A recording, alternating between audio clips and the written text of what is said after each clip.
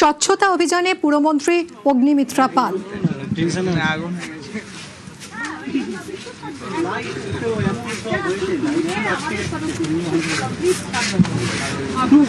স্বচ্ছতা অভিযানে পুরমন্ত্রী অগ্নিমিত্রা পাল। এই মুহূর্তে লাইভ ছবি দেখাচ্ছি আপনাদের। গড়িয়াহাট বাজারে এই মুহূর্তে পুরমন্ত্রী।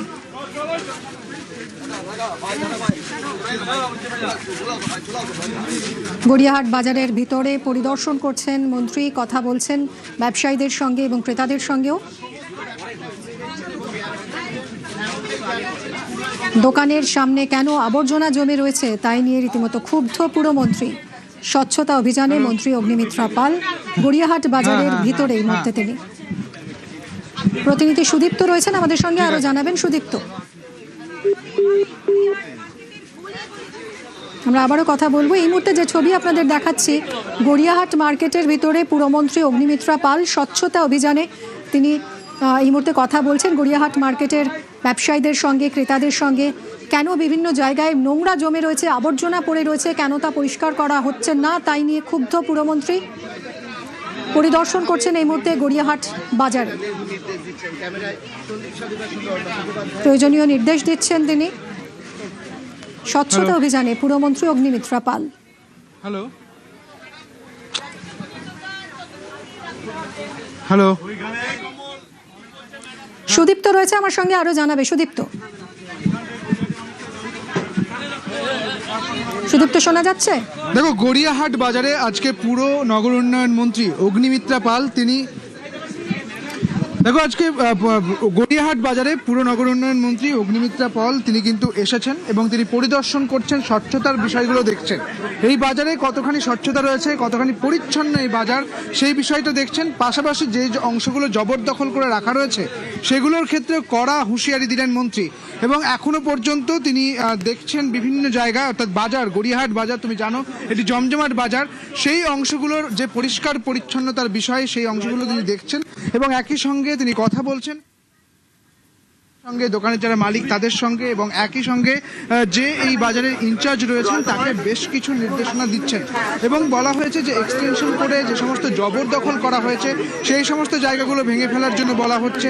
পাশাপাশি যে দোকানগুলি একদম বাইরের দিকে রয়েছে, অর্থাৎ রাস্তা দখল করে রয়েছে, সেই অংশগুলোও থাকবে না, এমনটা কিন্তু বলা হয়েছে মন্ত্রীর পক্ষ থেকে। এমনটা কিন্তু কড়া ভাষায় সুদীপ্ত সঙ্গে থাকো, আমরা একটু শোনার চেষ্টা করি কি বলছেন অগ্নিমিত্রা পাল। ম্যাডাম পার শিফটে দুবার করে হয়। তারা যে আসছে পরিষ্কার করতে আপনারা আমরা তো জেনেছি যে 7 দিন আগে থেকে অ্যাটেন্ডেন্স দিয়ে না ম্যাডাম দিয়ে চলে যাচ্ছে। হয়েছে ভাই, এগুলো তো সরাতে হবে। এটা তো আপনার রাস্তা নয়।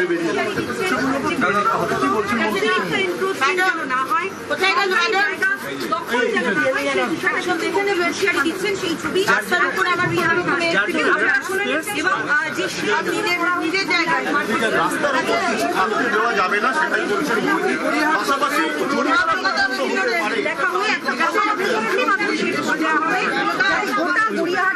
সেটা যেন পরিষ্কার এবং পরিচ্ছন্ন দেখতে লাগে।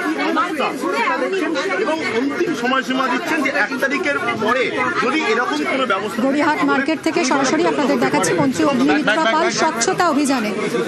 পুরো নগর উন্নয়ন মন্ত্রী অগ্নিমিত্রা পাল রাস্তার উপরে যেসব দোকান রয়েছে সেই সব দোকান সরিয়ে দেওয়ার নির্দেশ দিচ্ছেন তিনি দোকানের বিক্রেতাদের। কোয়ার্টার ভেন্ডার্স তো আপনারা এটা দেখে শুনুন, এইটুকুর মধ্যেই রাখবেন, এইটুকুর মধ্যেই রাখবেন, এর বাইরে বার করবেন না। না আমার কথাটা শুনুন। সাইকেল রাখার জায়গাটা নয়, আপনি বাজারে একটা জায়গা বার করুন যেখানে সাইকেল, মোটরসাইকেল পার্কিং হবে। তাহলে আপনারাই রাখছেন, এখানে সাইকেল রাখা হবে না, এটা সাইকেল রাখার জায়গা নয়। দোকানটা খোলা বললে তো হবে না, আপনি বাইরে রাখবেন। একটু আমরা চেষ্টা করছি মানে